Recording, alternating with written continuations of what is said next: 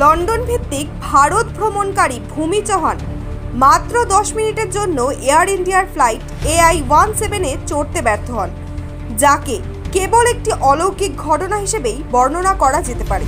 কিন্তু পরে তিনি জানতে পারেন যে একই বিমানটি আহমেদাবাদের কাছে একটি আবাসিক এলাকায় বিধ্বস্ত হয়েছে, যার ফলে বিমান থাকা অনেক যাত্রী নিহত হয়েছিল। সংবাদ মাধ্যমে ভূমি জানান, যানজটের কারণে সর্দার বল্লভভাই প্যাটেল আন্তর্জাতিক বিমানবন্দরে দেরিতে পৌঁছান তিনি এবং লন্ডনের উদ্দেশ্যে তার ফ্লাইটটি মিস করেন। তিনি আরও বলেন, ক্ষতির খবর শুনে আমি সম্পূর্ণরূপে ভেঙে পড়েছি। আমার শরীর আক্ষরিক অর্থেই কাঁপছে, আমি কথা বলতে পারছি না। ভূমি চৌহান আরও জানান, তিনি দুপুর 1:30 নাগাদ বিমানবন্দর থেকে বেরিয়ে যান।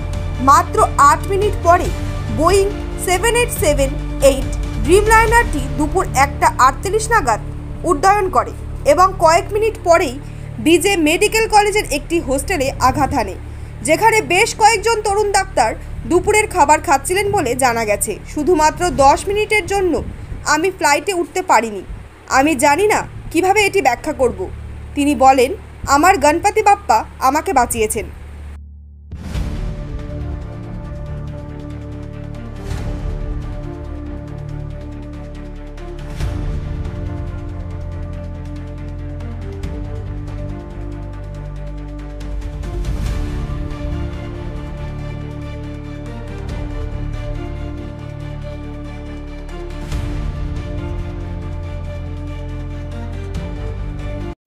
নতুন নতুন আপডেট পেতে সাবস্ক্রাইব করুন নিউজ আপ ডেইলি।